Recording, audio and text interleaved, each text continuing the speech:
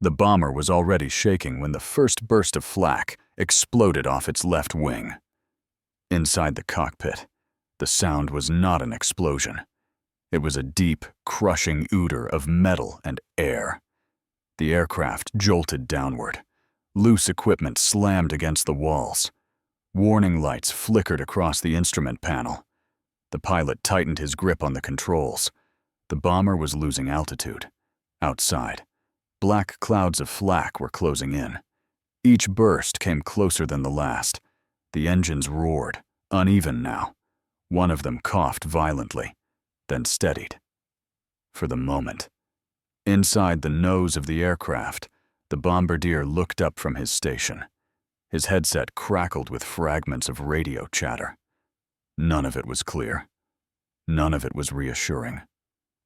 Another flak burst detonated beneath the fuselage. The aircraft lurched again. The navigator was thrown against his table. Charts slid across the floor. A pencil rolled away and disappeared under a seat. Someone shouted over the intercom. The words were lost beneath the engine noise. The tail gunner felt the vibration before he heard it. A long, unnatural shudder traveled through the aircraft's frame. The guns rattled in their mounts. He leaned forward, pressing his face closer to the sight. Smoke drifted past the tail section, thin but unmistakable. This was not a minor hit. The pilot glanced at the gauges. Oil pressure was dropping on one engine. Slowly, relentlessly. The bomber was still inside the flak corridor. Turning now would expose the aircraft's damaged side. Staying on course meant flying straight through it. The pilot hesitated. Only for a moment. Another explosion tore through the air nearby. The cockpit windows flashed white, then dark again. The aircraft shuddered violently. The control column fought back against his hands. Somewhere behind him, a crewman yelled that the intercom was down. Someone else was shouting for damage reports. None of the voices sounded calm. The bomber was no longer flying smoothly. It was limping. Outside, the sky ahead was filled with smoke and debris. There was no clear path through it. The pilot took a breath. He pushed the throttles forward. The aircraft surged ahead, trembling under the strain. Whatever decision would come later, for now, they were still flying. The aircraft was a B-17 flying fortress. 4 engines, 10 men, and thousands of pounds of aluminum holding them together. At cruising altitude, the bomber was built to absorb damage. But this was not cruising altitude. They were flying lower now, much lower than planned. The navigator checked his instruments again. Altitude was still dropping, slow, but steady. Outside the cockpit windows, the formation was thinning. Bombers drifted apart, each struggling to maintain position. The mission had already gone wrong. They were supposed to be deep over enemy territory, part of a long daylight bombing run, a formation designed for mutual protection. But the flak had found them early. The bombardier leaned forward, peering through the nose glass. The ground below was visible now. Fields, roads, smoke rising from somewhere far beneath them. This was not where they were meant to be seen. The pilot kept the aircraft steady, fighting the controls. The damaged engine lagged behind the others. Every correction took effort. Behind him, the co-pilot monitored the engine gauges. Oil pressure was still falling. Fuel flow was uneven. No one said it out loud, but everyone was watching the same numbers. In the waist section, a gunner adjusted his stance. The aircraft felt different now, softer, less responsive. Each vibration carried farther through the fuselage.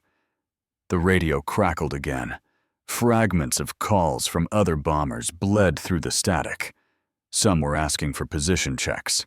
Others were reporting damage. One transmission cut off mid-sentence. The navigator recalculated their heading. The margin for error was shrinking. Turning back too soon would isolate them. Continuing forward meant flying blind. Outside, the flak bursts had thinned. But that didn't mean they were safe. It meant something else was coming. The pilot scanned the sky ahead. Cloud cover was breaking. Visibility was improving. That was not good news. The B-17 was wounded, slower, lower, and no longer hidden. Somewhere beyond the clouds, enemy fighters would be watching. For now, the bomber pressed on. Still airborne. Still moving. But the balance had shifted, and everyone inside the aircraft could feel it. The damaged engine began vibrating again, harder than before. The pilot adjusted the throttle carefully, knowing sudden changes could make it worse. Instead of stabilizing, the vibration spread through the airframe.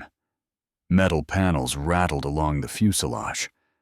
Bolts creaked under uneven stress. Oil pressure continued to fall. Not fast enough to force an immediate shutdown, but too steady to ignore. The co-pilot called it out quietly. No panic. Just confirmation of what everyone could already see. Fuel consumption climbed as the remaining engines carried more weight. The navigator recalculated again. Wind drift had pushed them farther off the planned route. Every correction burned more fuel. Outside, the flak returned. At first it was scattered. Then it tightened. Black bursts climbed toward the bomber, adjusting their height with precision. One explosion detonated close enough to shake loose debris inside the aircraft. A piece of insulation tore free and floated briefly before vanishing down the fuselage. The aircraft dropped another 100 feet. The pilot increased power. The engines answered unevenly. Behind them, the formation was no longer visible. Only empty sky and thinning contrails remained. Radio calls went unanswered. Static filled the headset. Isolation settled in quickly. In the waist section, a gunner shifted his footing as the floor vibrated beneath him. The aircraft no longer felt solid. Another flak burst, struck close. The bomber lurched sideways. Warning lights flashed again. This time, they stayed on. One engine surged, then lagged behind the others. The pilot corrected gently, fighting the controls. Aggressive maneuvers were no longer an option. Altitude bled away faster now. The navigator hesitated before speaking. Their margin was nearly gone. Ahead, the clouds began to thin. The sky opened wide. Visibility improved. That was when the gunner saw movement. Small shapes. Far off. Then gone. Fighters were nearby. They hadn't committed yet. They were waiting. Waiting for the bomber to slow further. Waiting for the next mistake. Inside the aircraft, no one spoke. The B-17 was damaged, alone, and still deep in hostile airspace.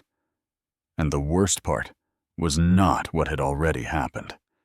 It was what was clearly coming next. The bomber was still flying, but it no longer felt stable. Every correction demanded more effort from the pilot's hands. The controls resisted him now, heavy and unresponsive. Sweat collected beneath his helmet despite the cold at altitude. He wiped one hand on his sleeve and returned it to the control column. Behind him, the co-pilot monitored the failing engine. Oil pressure hovered just above the point where shutdown would be unavoidable. If they lost it completely, holding altitude would become impossible. The navigator checked his figures again. They were no longer precise calculations. They were estimates. Time, fuel, distance. None of them lined up cleanly anymore. In the waist section, the gunners scanned the sky without speaking. They had seen this before. Damaged aircraft did not attract immediate attacks. They attracted patience. Movement appeared again at the edge of vision. This time, it stayed. Two fighters emerged from the clouds, small but unmistakable. They held position at a distance, matching speed. The tail gunner adjusted his sight, tracking them carefully. He did not fire. Not yet. Inside the bomber, the engines roared unevenly.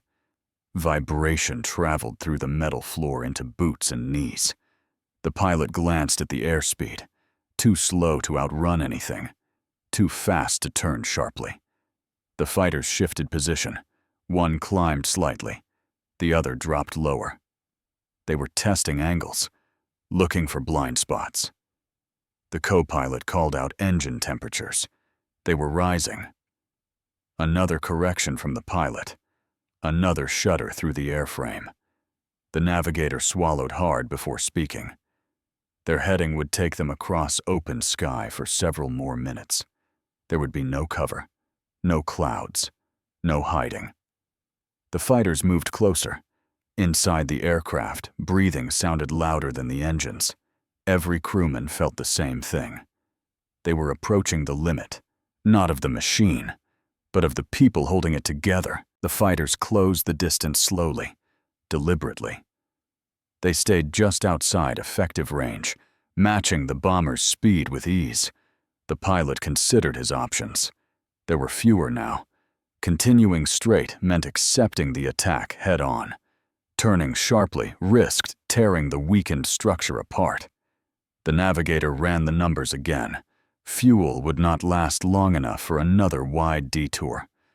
The co-pilot watched the failing engine. Temperatures were approaching the limit. If it overheated, they would lose it entirely. The pilot made a decision. Not quickly, but decisively. He reduced power slightly on the damaged engine. The vibration eased, just enough. Then he ordered the crew to prepare. The tail gunner tightened his harness. The waist gunners checked their ammunition. Movements were efficient, controlled.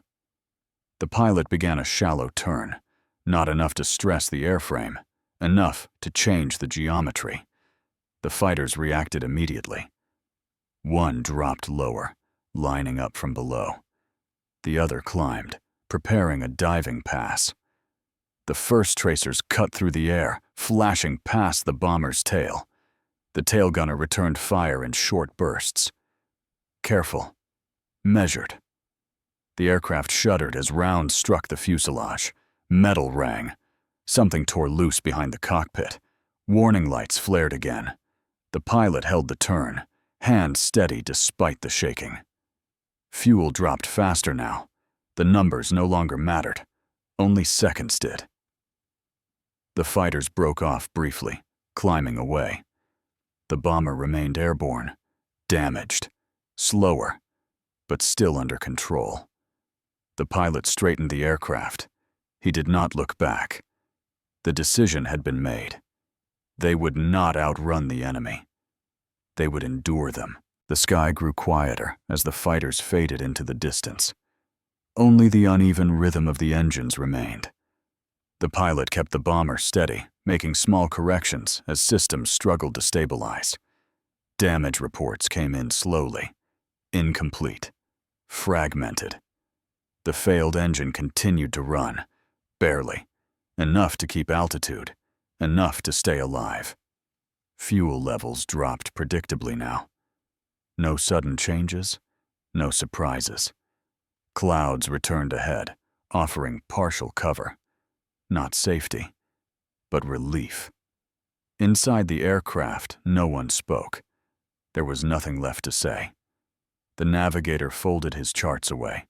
They were no longer useful. The gunners stayed alert, scanning the sky out of habit more than hope. Minutes passed, then more. The bomber continued on its chosen heading, not because it was certain, but because turning again would change nothing. Eventually, the tension eased just enough for breathing to slow. The aircraft was still damaged, still vulnerable, but it was flying. Many bombers would not make it back that day. Some would vanish without explanation. Others would fall within sight of home. This one survived. Not because it was strong, not because it was lucky, but because when every system began to fail, the people inside adapted. They made decisions with limited information. They accepted risk. They held the aircraft together long enough. The B-17 disappeared into the clouds, still airborne. And for that crew, that was enough.